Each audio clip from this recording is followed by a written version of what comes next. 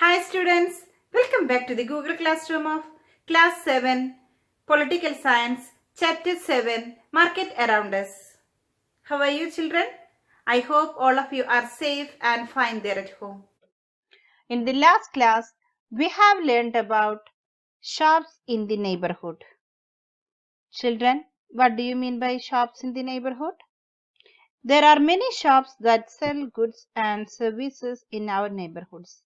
We may buy milk from the dairy, groceries from departmental stores, stationery, eatables or medicines from other shops, and many of these are permanent shops, while others are roadside stalls such as that of the vegetable hawker, fruit vendor, the mechanic, etc.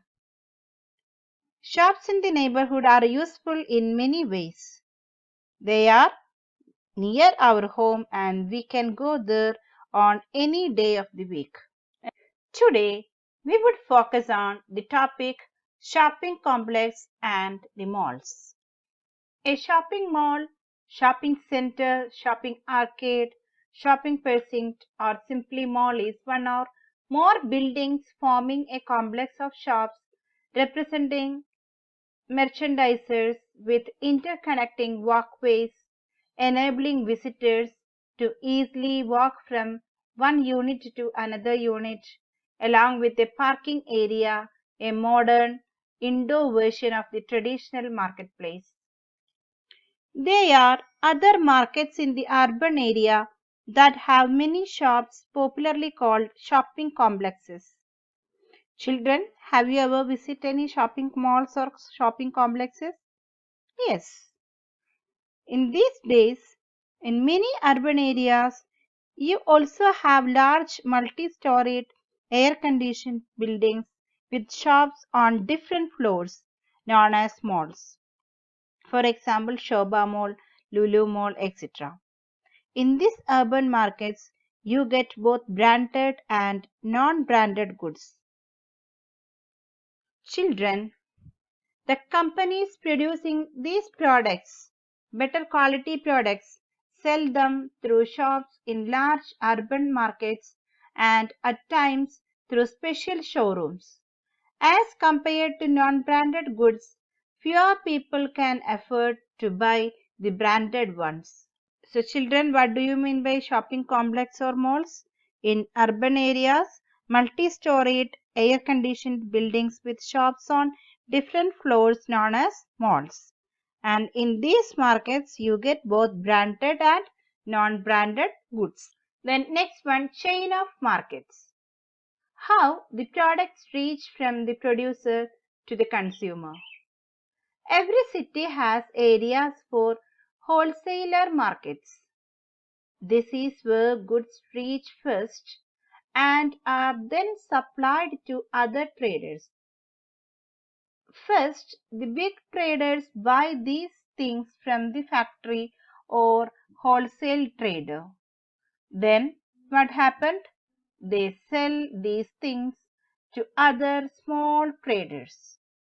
And again, these small traders then sold these things to the shopkeeper, roadside hawker, or known as retailer, etc. Finally, the products or things reach the customer on purchasing them from the shop. So this is the chain of market and how the products reach from the producer to the consumer. So every city has areas for wholesale markets and this is where goods reach first.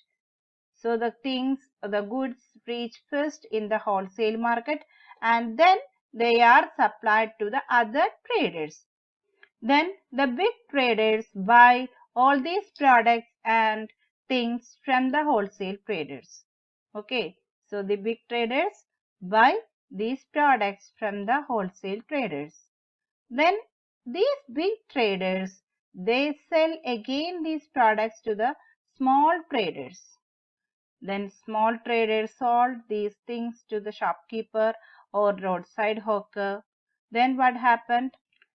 We, the customer or the consumer, purchase goods from these persons or these shops. Okay, children, Look at this flow chart, this chain of markets from the wholesaler to the big traders. Then from the big traders to the small traders. Then from small traders to the retailers, shopkeeper, hawker, etc. Then from the retailers, the customer or the consumer, we get things. Okay. We purchase goods. So children, people in between the producer and the final consumer are the traders. The wholesale trader first buys goods in large quantities. For example, the vegetable wholesale trader will not buy a few kilos of vegetable, but will buy in large loads of 25 to 100 kilos. These will then be sold to other traders. In these markets, buying and selling takes place between the traders. It is through these links of traders that goods reach faraway places. The trader who finally sells this to the consumer is the retailer. This could be a trader in a weekly market, a hawker in the neighborhood, or a shop in the shopping complex. Then, children, what is our next topic? Markets everywhere. Modern way of marketing. So far, we have seen different marketplaces where people buy and sell a variety of goods and services. All these markets are in a specific locality and work in a particular manner and time. However, it is not necessary that one has to go to the market to purchase goods. Now, the order of products can be placed through phone and internet, and the goods are delivered at home. This is an example of online marketing or online purchase or online shopping. Buying and selling also takes place through the agents also. So children, this is the picture of online shopping. Amazon, JioMart, Lulu Mall, all these offers different types of online shopping. You can place orders for a variety of things through the phone and these days through the internet, and the goods are delivered at your home. So children, it's time to wind up our session.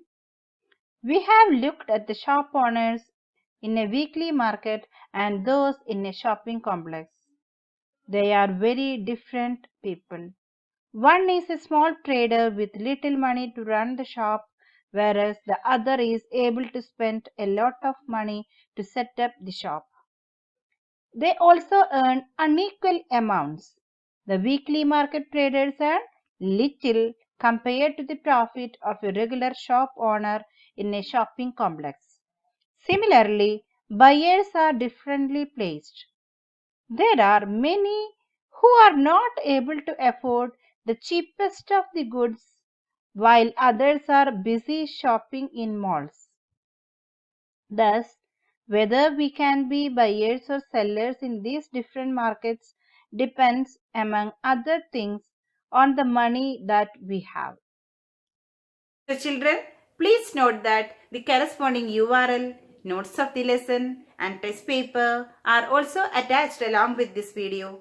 Make use of all these available resources, study well and attend the test paper without fail. Okay, thank you.